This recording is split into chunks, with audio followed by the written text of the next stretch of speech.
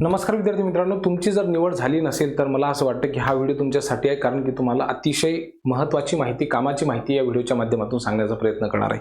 हे बघा विद्यार्थी मित्रांनो, आता आपली निवड झाली नाही झाली हा विषय तुमच्या डोक्यातून बाहेर काढून टाका। ठीक आहे, नाही निवड झाली 100% मान्य, आता त्याच्यावरती काही आपला इलाज नाही आहे। आपण त्यावेळेला खूप वेळा सांगितलं की जास्तीत जास्त प्राधान्यक्रम द्या, संस्था असतील कुठल्याही बाकीच्या असतील, त्याच्यानंतर आदिवासी आश्रमशाळा असतील त्या ठिकाणी प्राधान्यक्रम द्या, जास्तीत जास्त प्राधान्यक्रम द्या, म्हणजे त्या ठिकाणी काय होईल, निवड होण्याची शक्यता वाढेल। आता मला फोन आला 135 मार्क त्यांना होते, 136 वरती मी मगाच्या व्हिडिओमध्ये सांगितलं की त्यांची निवड झाली नाही, 135 मार्क होते, 85व्या क्रमांकाचं त्यांनी प्राधान्यक्रम दिलेला आहे।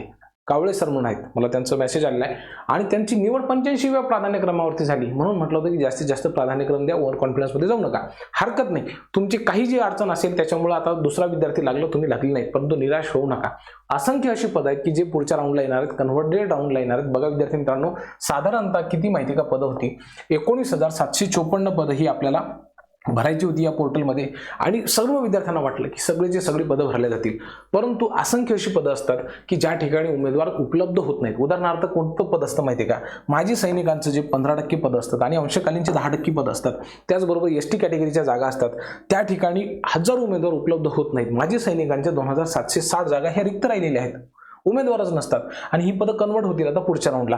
पुढे जर आपण बघितलं तर 1760 पदं ही अंशकालीनची होती, हे उमेदवारच भेटलेले नाहीयेत, त्यामुळे तुम्हाला ही पदं भेटणार आहेत, काही काळजी करू नका। अनुसूचित जमाती प्रवर्गामधील 802 जागा सुद्धा तुमच्यासाठी आहेत, आणि त्याचसोबत अनुसूचित जमाती पेसा क्षेत्रामधल्या 1408, असं एकूण जर आपण बघितलं तर साधारणतः 6000पेक्षा जास्त, ठीक आहे, किती हजारांपेक्षा जास्त, 6000 पेक्षा जास्त जी पद आहेत तर ती पुढच्या राऊंडला म्हणजे कन्व्हर्टेड राऊंडला येतील। तुम्ही काहीही काळजी करू नका, तुमची त्या ठिकाणी जी आहे निवड होऊ शकते। ठीक आहे की नाही, मनामध्ये विश्वास ठेवा, जे झालं ते विसरून जा। तुमच्या बाजूचा एखादा मुलगा आता गुलाब उधळत असेल, तो खूप खुश असेल, तुम्ही मात्र निराश झालेले असाल, आणि साहजिक होतं, आपला मित्र लागला, आपली निवड झाली नाही की मग आपल्यापेक्षा जास्त आपलं जे गणगोत असते, नातेवाईक असतात, मित्रपरिवार असते, त्यांना भलंच टेन्शन येते, म्हणजे आपल्याला टेन्शन कमी येते, त्यांना जास्त येते। त्यांना असं वाटतं की भाऊ तुझा डोणा इचकला का भाऊ, तो तर भला सांगत होता की तुझी निवड होणार, असं होणार तसं होणार, आणि मग आता निवड का नाही झाली, असं म्हटल्याच्या नंतर थोडंसं माणसाला वाईटच वाटते, किती म्हटलं तरी।